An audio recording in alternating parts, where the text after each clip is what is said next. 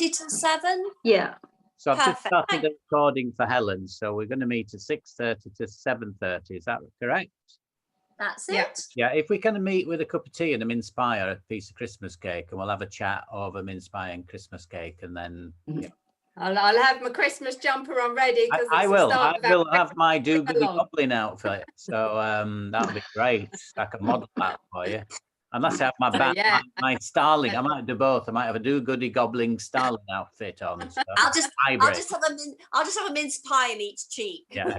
Well, that's what's different. I thought you had tonight. Different. I might be a bit overexcited because we're finally getting to sing a bit of Wham after like 7 months. Yeah. Get up to go. Yes. Anyway, so that's it, Helen. We're meeting on Tuesday, the 15th, for an hour, 6:30, mince pie, cup of tea, bit of practice, bit of festive jollities before Sam. We'll all come to your singing thing afterwards, Sam. That'd be great. Okay. Yeah. Especially if they're singing Wham, then is that what they're going to be doing? Yeah, that one is we got 3 weeks. So the December 3 weeks are all like doing Christmas sing along. So we've had to book those in advance. Is that last Christmas, is it? Yeah, we're doing Last Christmas on the 15th. So we've got was it Elton John, Step Up to Christmas is the first one, and then it's a surprise on the 22nd. Thing is, Sam, last Christmas I gave you my heart and you just threw it away the very next day. Shall we do some practice before it just completely spins out of control? Yeah. Okay. So we probably need a bit of settling down today. I've lost my donger as well, so nothing new there. Anyway, okay. So, there you go.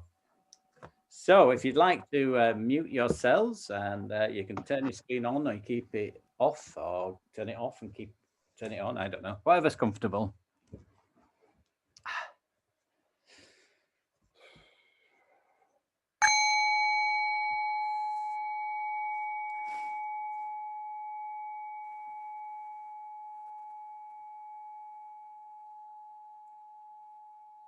So you can spend a few moments just settling into the space, just allowing yourself to arrive,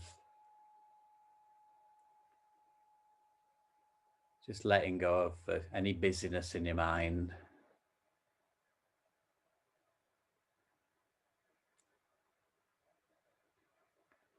And maybe just cultivating a mind of appreciation for this opportunity that we have the good fortune to be together.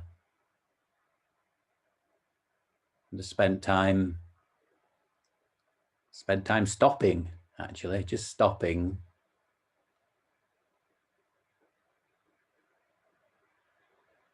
And working around being present, being grounded in the present moment.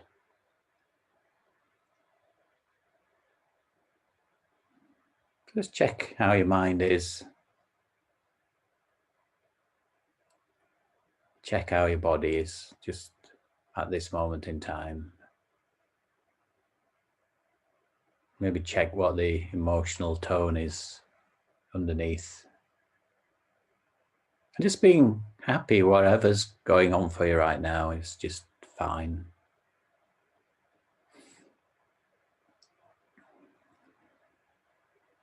So we could take our physical seat, our posture.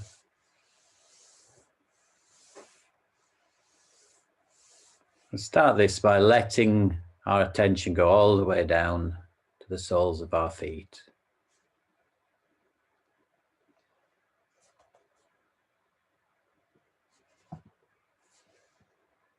Aware of the connection of our feet with the ground.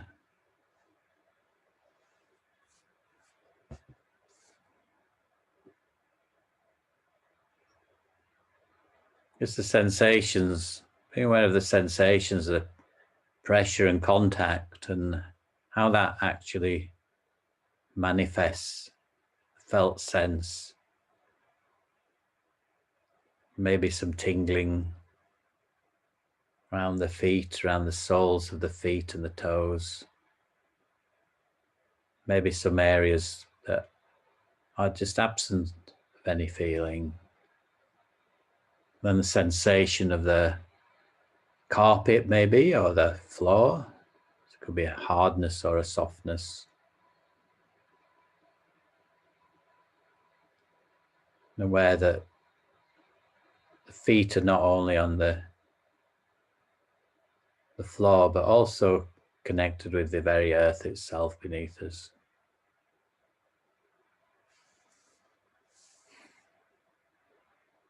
And bring your awareness up just to your bottom on the seat. So again, feeling the pressure, softness and hardness. The hardness of the sitting bones, softness of the cushion. Wherever your hands are resting, maybe on your legs or in your lap. And again, paying attention to the sensations, the weight of your hands, the tingling in your hands. Sensation of skin against fabric or skin against skin.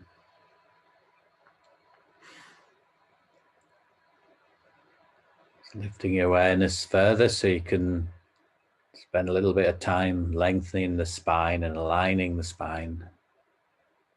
You can move around a little bit as well just to get that centered position. Centering and aligning the upper body. So that we're grounded like foothills, foot of a mountain,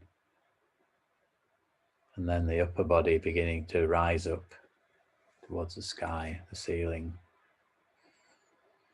As you move awareness up your body, you can just open your chest, softening the shoulders. You might want to give them just rotate them a couple of times just to allow any tension to just disappear.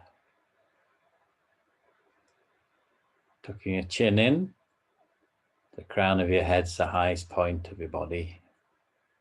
Imagining a invisible thread holding the body up from the ceiling. Checking the face, around the mouth. Maybe talking a lot today, so grateful to let the mouth some time off. The same with the eyes, the eyeballs. Just softening the eyeballs and maybe staring at screens all day. Giving them a break too. Softening the muscles in the face and softening around the eyes and the forehead. And then taking 3 deep breaths deep into the abdomen and exhaling slowly. As we exhale, just letting any remaining tension just to melt away with each out breath.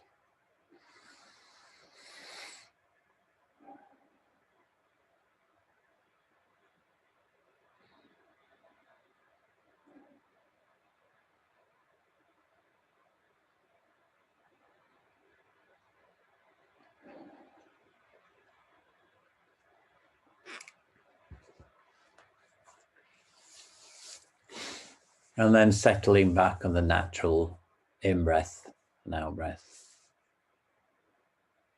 Breathing in, breathing out.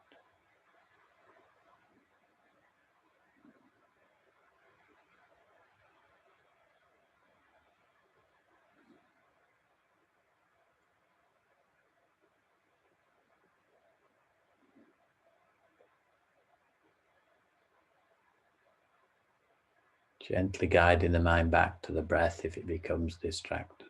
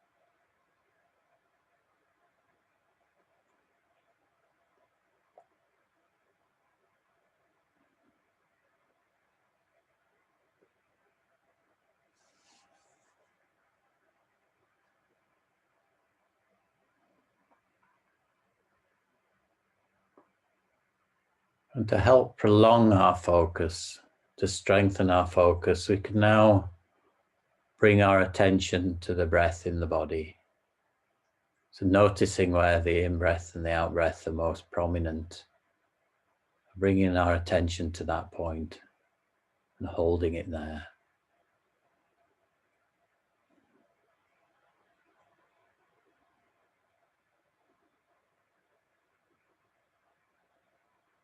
Following the breath all the way from the beginning, the middle, and the end. And noticing the gap after the out-breath and just before the in-breath.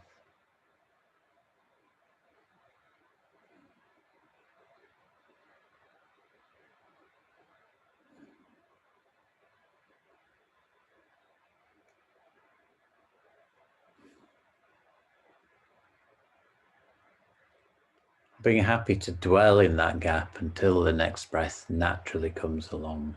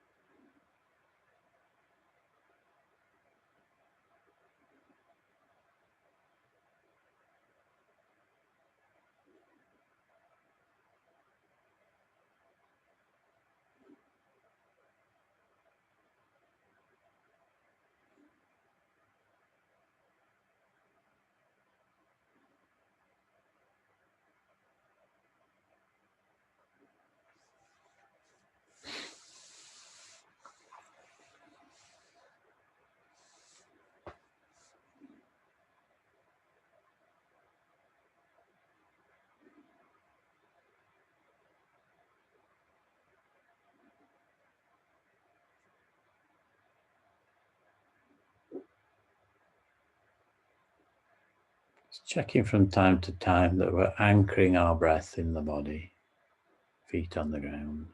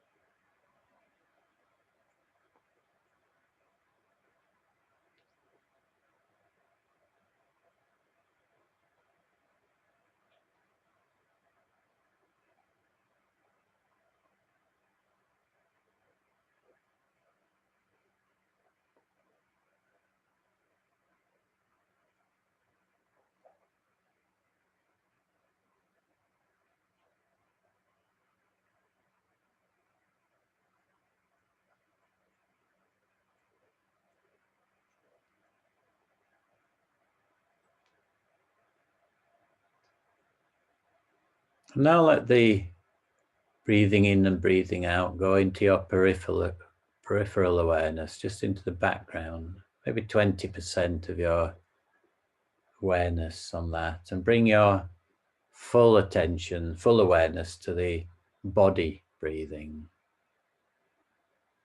The whole body breathing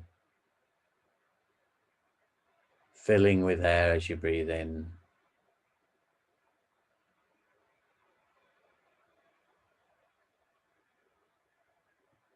Expelling air as you breathe out. Rising and falling as you're breathing in, breathing out. And letting the breath go wherever it wants to go in the body, pervading all parts of the body, breathing in, breathing out.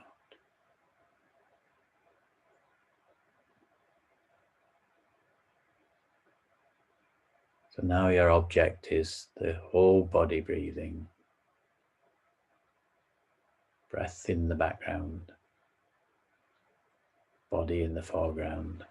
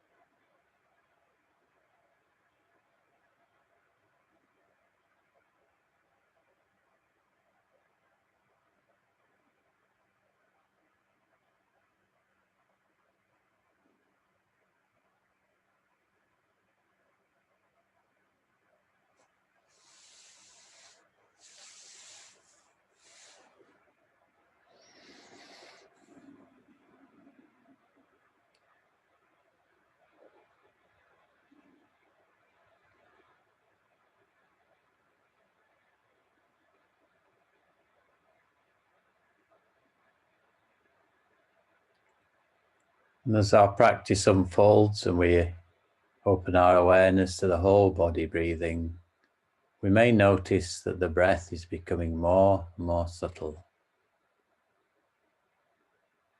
less and less evident, softer, shorter.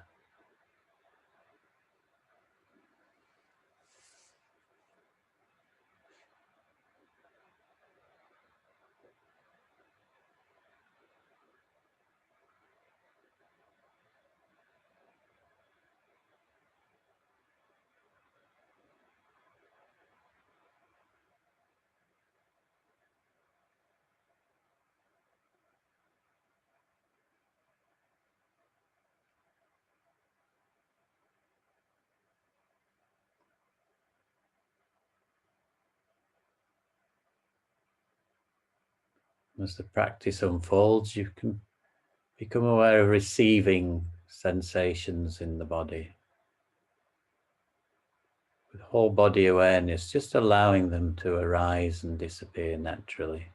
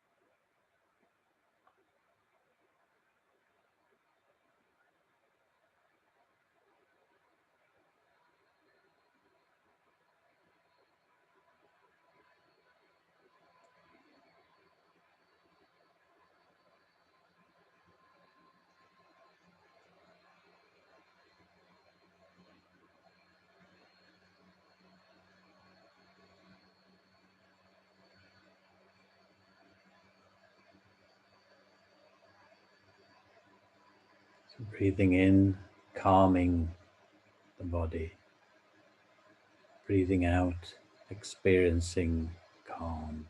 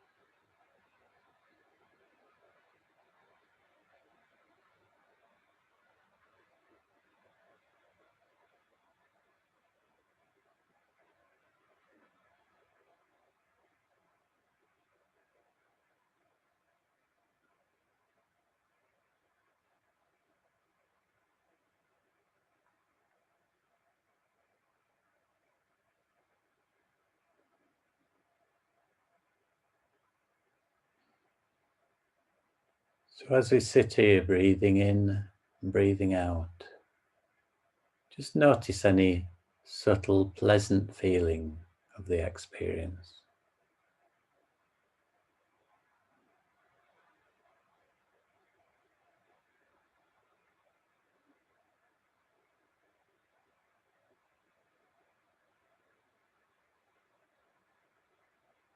Just notice if there's a subtle joy of simply being mindful, grounded in the present moment.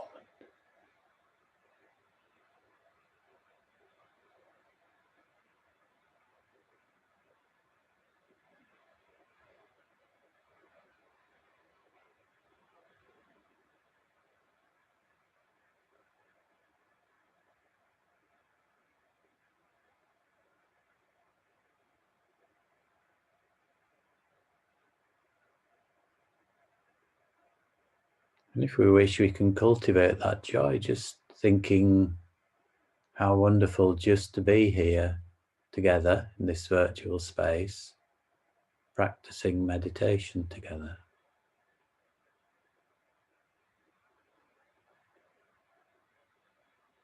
How wonderful to have taken time out to do this.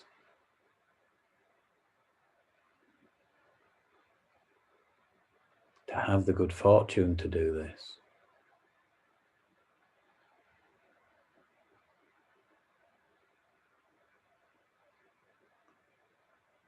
To be walking in Buddha's footsteps, practicing his own favorite meditation together. Just let that joy grow with those reflections.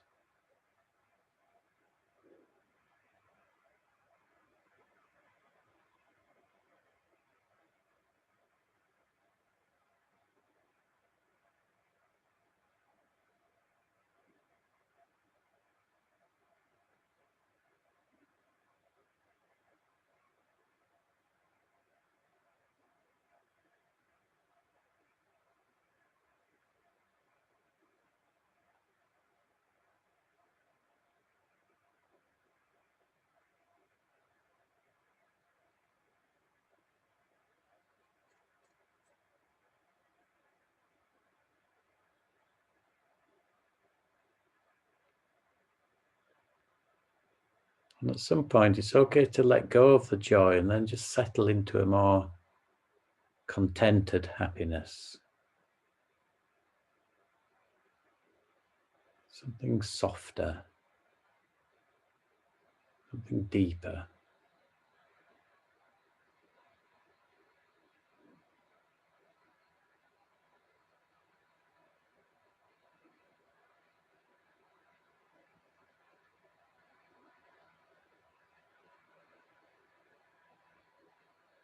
The happiness and contentment of being present, being mindful.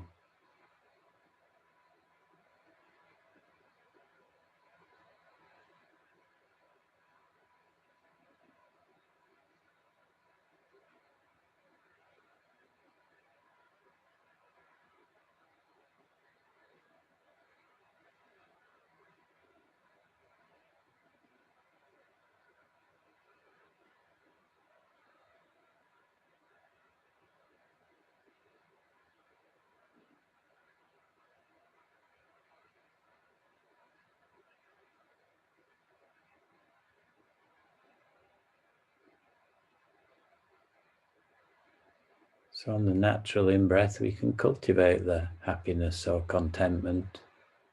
And on the out-breath, we can just rest in it.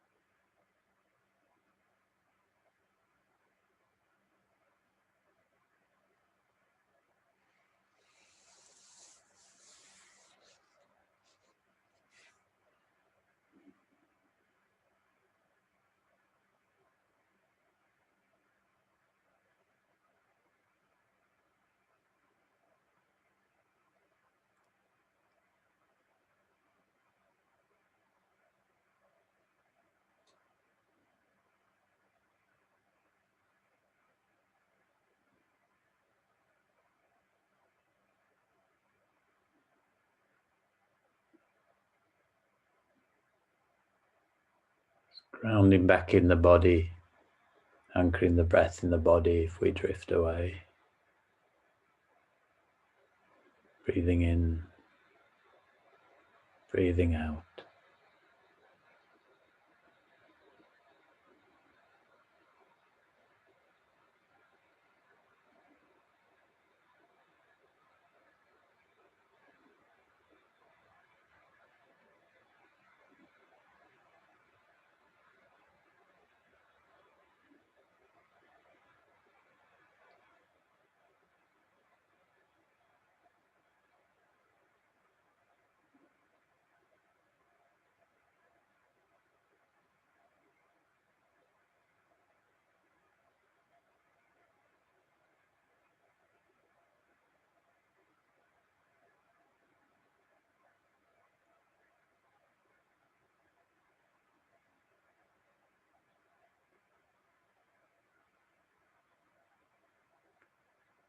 For the last few minutes of the meditation, let go of any effort whatsoever and open up your awareness to whatever comes up for you.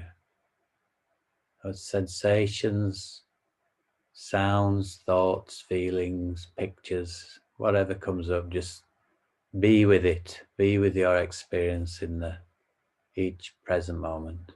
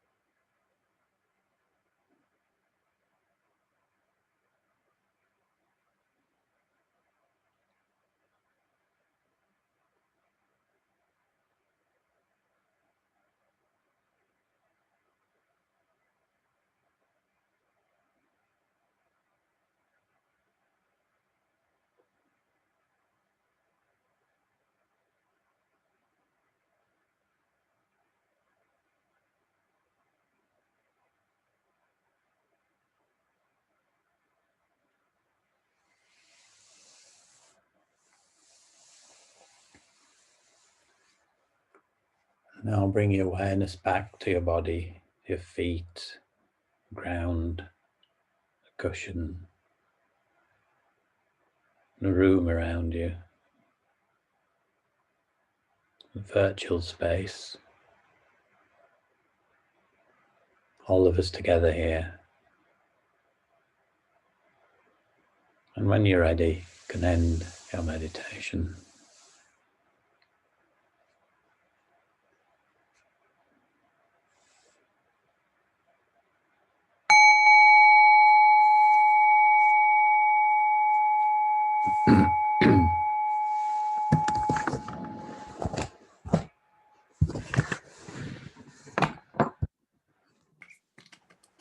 Push, push, push.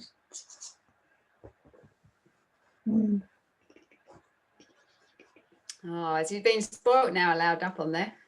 Yes, he is. Yes. And sometimes I just put a little claw in like that and look at us going, look what I can do. Ollie. I think he's properly zonked after the meditation. Oh. Ollie. Hello, Boo. Lucky cat. Yes, I think so. He is a very lucky cat, Alison. He doesn't know it, but he is. He So- probably knows it, actually. I hope so. He seems Yeah. very happy. Yeah. Yeah. Okay, so we'd like to start and just share how it was for them.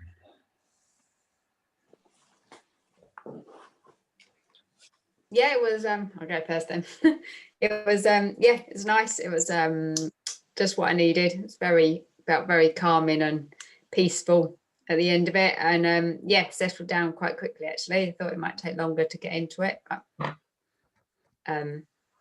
Yeah, settled down well. So yeah, thank you for that. You're welcome. Alice. Did you say Alison? Yes. Yes, it was just what I needed as well. So thank you. And yes, enjoyed trying to find those little bits of joy in there. That was good. Thank you. How did you tell me a bit more about it? So I'm quite interested because they are natural emergences. So, you know, we're not guaranteed, but do you want to say a little bit more about your search and, you know, what? Well, it just, it's sometimes hard to, especially at the moment with COVID and everything, to feel any joy, but it was just inside there in that time, in that peace, when I could even hear the bubbles in my carbonated water bubbling. Oh, wow. Because I often have the radio on around me and got no radio, just you and my bubbles. Yeah. And yeah, it just felt, yes, I was lucky to be in that space. Oh, that's nice. That's Thank what you. I felt. Thank you. Just very, very welcome. That's lovely. Thank you. Oh, Hazel. Yeah, actually, I think I agree with Alison. This meditation, and it's something, we're in such an uncertain world at the moment, and it's there isn't a lot to look forward to. So I quite enjoy these evenings, a chance to sort of empty your mind of all that's going on around you. So yeah, I enjoyed this meditation. It for me, I don't go into it automatically. It does take a little while to sort of quieten the body down, quieten the mind down. But yeah, I think it's been good actually that we have been able to carry it on through Zoom, as we haven't been able to meet up, and we don't know when we will be able to meet up. So great. Oh, Ros. Yeah. Very similar. It just really relaxed very quickly, which was really nice. And I found myself actually mostly relaxing in the gap, or when you were talking about, you know, recognize the gap, because that bit is so still, because you're not actually doing anything. That's when your body comes to rest, and it's just this pause between the next breath. So that was really nice. So that kind of started me relaxing more. And then there was another bit as well. I think it was it was when you said, you know, like when you have the foreground and the background, so you basically have, you know, either concentrate on the body or you concentrate on the breath.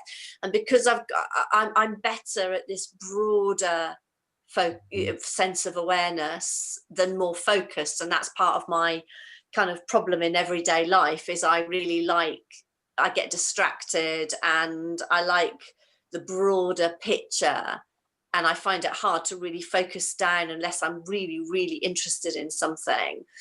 And so my natural preferred meditation is anything that's a bit more expansive. So focusing on the whole of the body, for me, I find really, really contenting. If that's not I'm sure that's not a verb, but not expressed like that. But it is now, Ros. I find that it is now. Thanks, Hazel. It is now. But I find that really, just my body really relaxes, and then my mind relaxes. And Paul, when you were saying, you know, you start to feel the body very subtle, I could really feel it. It slowed down a lot. You know, I just felt, as Alison was saying, you know, peaceful.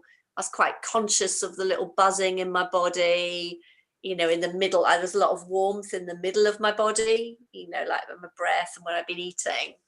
So yeah, I really enjoyed it, and you know, much needed. So yeah, good. Thank you. You're welcome. I just what's going on here. What is he? Oh. Can I just ask, if you were to stroke his tummy, Yeah. would he like that, or would he grab your hand? Depends what mood he's in, Hazel. He's just hooked me now. He was just luring me Yeah. in, and he wants to fight. Oh. Option B, Hazel, today. Option B. Yeah. That's brilliant feedback. The thing, it's really interesting, this practice, because there is a strong school of thought that the mind naturally does what, we don't need to do anything, we just get in the way of the natural state of the mind. So this emergence of calmness, and then this emergence of joy, and then this subsequent emergence of something deeper and calmer. Although we sometimes think, oh, we're going through these stages, we're actually not. We're kind of demonstrating the stages, so when they come we will recognize them. So there's no guarantee actually to experience these things, but if we know, if we have a kind of idea of them, when they do emerge, we recognize them. The danger is we go looking for them, and that's the best way of not finding them. So it sounds really, really lovely what you've been saying, that there was that feeling, those pleasant feelings coming through. And I really liked what Hazel said, because this natural emergence of, first of all calming the body and the breath, and then calming the mind. I mean, in the original teachings, they call it tranquilizing the body and then tranquilizing the mind, and that gets you to this into this state called shamatha, called calm abiding. And that's a lovely state to be in meditation, but it can become a bit of an attachment as well. So we kind of, we get attached to shamatha, and then it'll let us down. So the idea is that there's a natural unfolding in the mind that we get to shamatha. We did all this when we did, you remember Glenn's work, he kind of explained this. So then you go into this stage of vipassana, which is insight and wisdom, and we start to look at, well, what is in the mind, and we start to recognize the bits of the mind that give us problems. So we start to learn how to be with those kind of difficult minds, and eventually to transform them and recognize things like the true nature of impermanence, all that kind of thing. So it's a very lovely kind of practice to do, to get to that calmness, and it gives us possibilities if we want to go deeper as well. So just hearing everybody. Yeah, go on, Mia.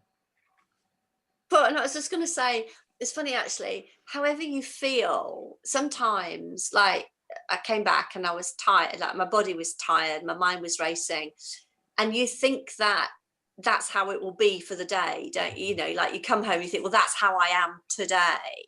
Yeah. But I'm always delighted. Like you sit, like you sit for what, half an hour? And in that half an hour, how impermanent that state of feeling is, because half an hour later, I feel so much better. Yeah.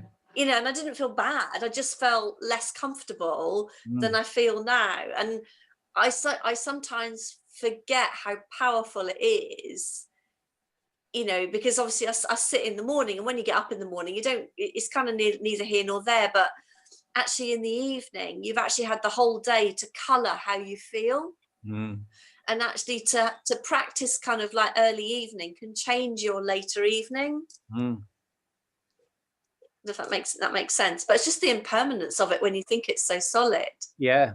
And the other thing which that brings to mind is this important, you can't take this journey unless you deal with the body to start with. So if your body's all jagged and a bit fizzy and then you go and work on the mind, you've got to get that relaxation there as the first base. You've got to calm your body down to start with, then to enable you to use the breath to calm your mind. So all the establishing of your posture and the grounding of the body and these things of coming up the body, letting go of the tension is absolutely essential for us to be able to get to the state that you've talked about. And I personally just never used to realize that. I just thought you sit down and you meditate, you know, oh, right, okay, just keep focus, but the body's just essential to And it's interesting, I was wondering, Hazel, because I lay down tonight because I was a bit tired, which I found really good. And I was wondering what you were doing, because sometimes you lie down, don't you? Did you lie down? I did.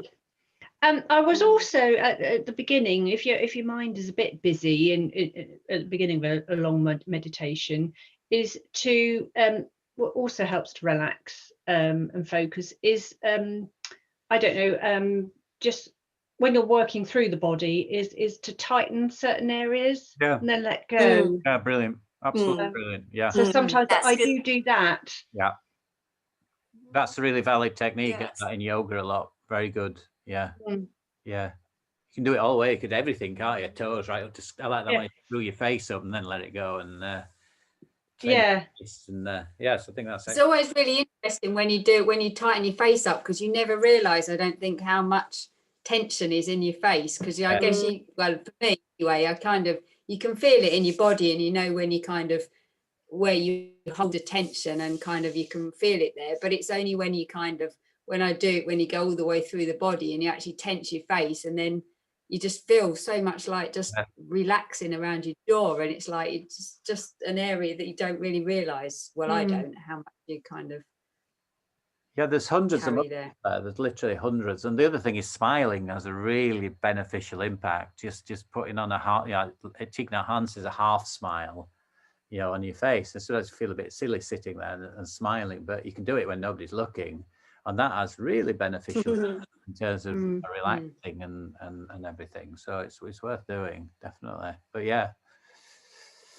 Oh look, you've lost my head. You must be very disappointed. I think and that was one of the things that when I did that your meditation on Thursday, when we went into the breakout groups and stuff, and I said I was talking to Victoria, and she said, I don't know whatever the session was that had happened on the Wednesday night, but she was saying about her and the 3 other people that were in the room were saying about how they found it like really good, because it was amazing. They'd never kind of really got into their bodies, that they do kind of meditation but always in the head and stuff, and they were just like, oh, it's like a revelation.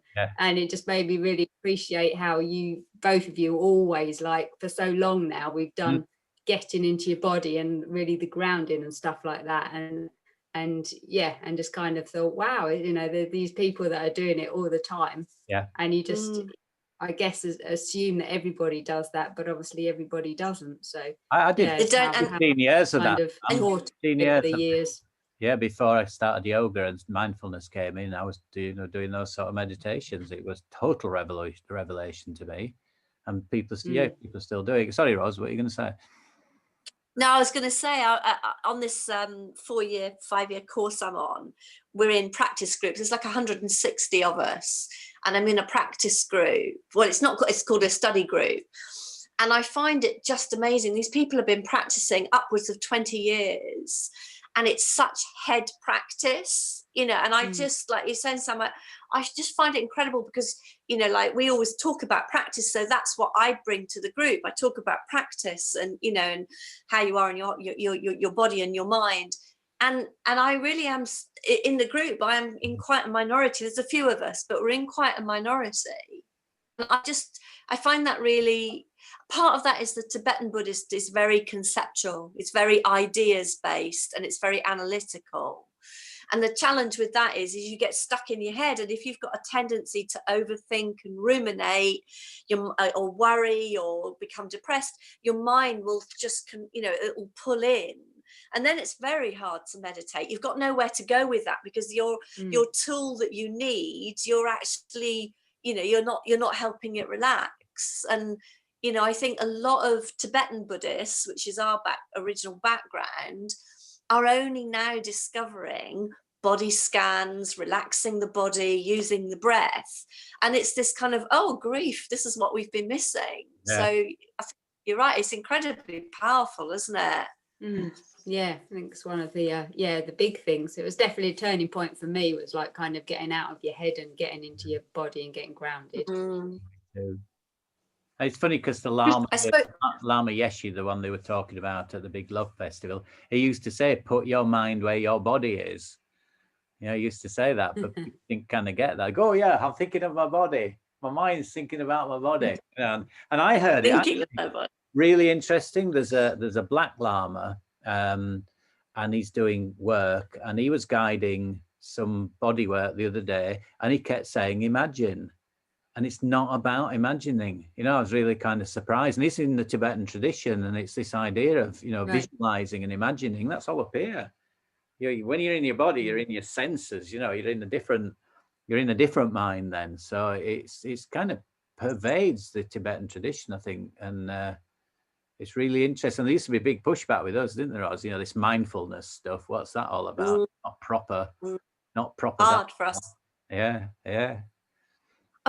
I was thinking as well, like, you know, over particularly over Christmas, but you know, we've got out of the habit of doing like mindful walking, but we went out at the weekend, and just we were just sitting on a bench. We went walking. We were sitting on a bench listening to the birds and stuff, and just that mindful movement, mindfully walking, mindfully noticing nature. All those things are sensory things in your body.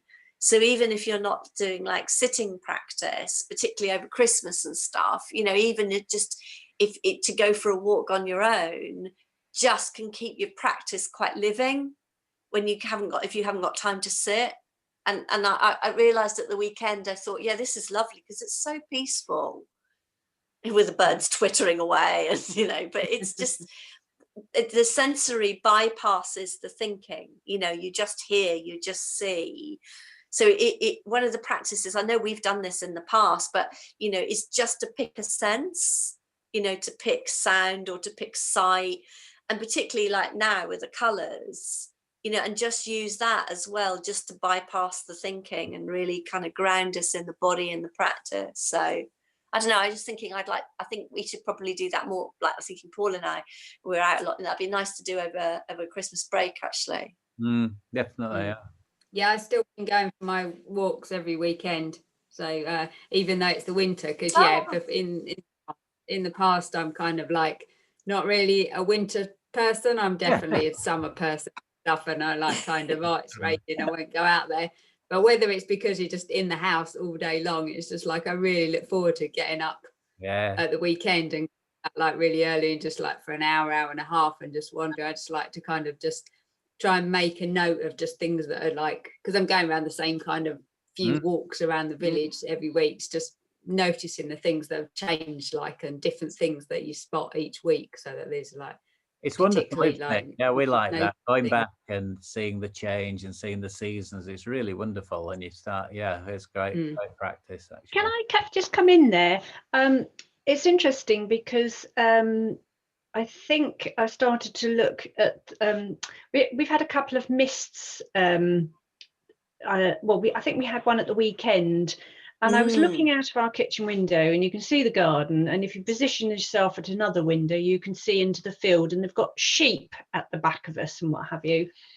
And you know, we've lived here 33 years, and I've taken the views from the window. You start to take it for granted, but when you realise that actually you're going to lose that view because you're going to move, I've noticed that I'm starting to take much more notice of what I'm looking at, because I know I won't continue to look at it. So it's almost refreshing it in my head a bit. So when Sam was just saying about, you know, taking notice of different things, I felt that I've been doing that certainly in the last week, and just because of the weather, because it was quite interesting, because we back on where Michael Eaves is, you get quite a mist in the valley there. Although I can't see the valley, the mist sort of comes up and it covers the field at the back, and I was just thinking, you know, the chances are I will not have that view again where we go.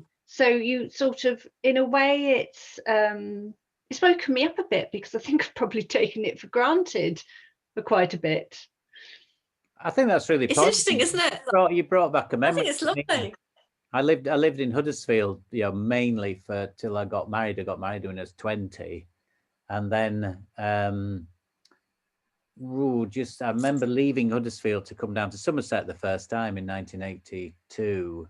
And I actually can remember now standing in a place at Huddersfield, looking across the moors and everything, and having that, exactly what you've described, almost seeing it for the first time, or, like it's fresh. Yes, it is a bit Living like that. it. Yeah, Yes. yeah, really interesting. Was that because you knew you were going to be leaving it Leaving. behind? I've never left before, like in that way. I think, for all I knew, I wouldn't have gone back, which I actually eventually did, but just really appreciating it, in a way that having taken it for granted and having not really looked at it, the sadness as well, like a loss there, because you think, oh my goodness, really, really interesting.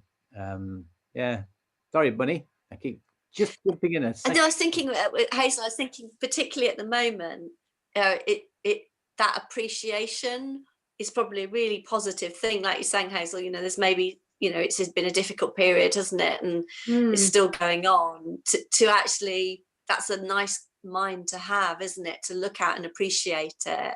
Yeah. And just hold that joy that it gives at the moment, to find the joy where you can. Yeah, because it's quite interesting. We do get sheep at the back of us at this time of the year, and it was just lovely because the sun was sort of rising, the sheep, and there was like the mist and that. I actually went and got my phone to photograph it. Actually, I just wanted to capture it because I've seen it before. Over the years we've been here, I've seen it before, but somehow it seemed a little bit more special this time, because I think I was almost like drinking it in. It's lovely. It's interesting as well, because we can, that's the beginner's mind, actually. That's when we talk about a beginner's mind. We have the opportunity to look at everything that way.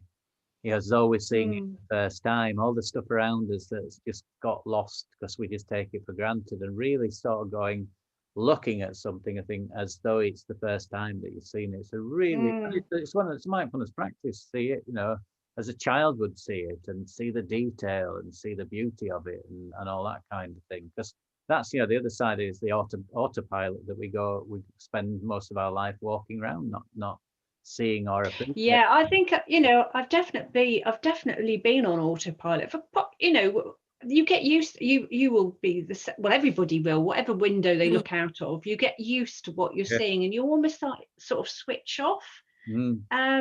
But I think it was because I think it's partly because I know that I won't always have this, so suddenly I was viewing it with fresh eyes. We see things with the memory. That's why we can't draw naturally.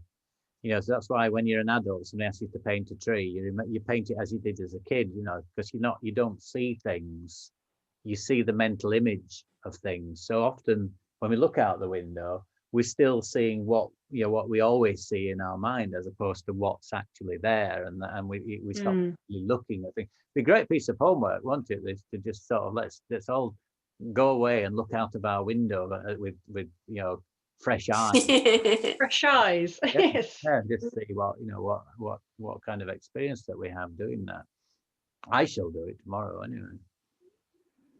Well, we can report back in a couple of weeks' time to see if we noticed anything different, because we're always used to looking out of our windows and seeing the same thing. As I said, I think it was just so nice. It was almost not ghostly, but you'd got the mist, and you could see the outlines of the sheep. And as I said, there was a sort of quite a nice lighting with the sun sort of coming up and what have you. And then you've got like the branches that haven't got their leaves on, and that, it was. I just noticed everything like that. We got Hazel's window homework. That sounds brilliant. There's a method of learning to paint where you turn your image upside down to paint it, because it's upside. It's how you forge things as well, apparently. But put a signature upside down and copy it that way, because otherwise you just write it like that. Well, the only thing I would have to say is I'd have difficulty drawing sheep the right way up without trying to draw. Yeah, but when you try and draw a sheep the right way up, you kind of got sheep in your head, so you're still following that pattern of how you think. But if you turn it upside down, you've got to really focus on the contours and stuff. So you end up, try drawing a sheep upside down. It'll be a lot better than drawing on the right way up. Yeah, that's the point. Yeah. So 2 pieces of homework. We've all got to draw a sheep upside down. I bet Helen will come up with a good sheep upside down, or a ginger cat or something.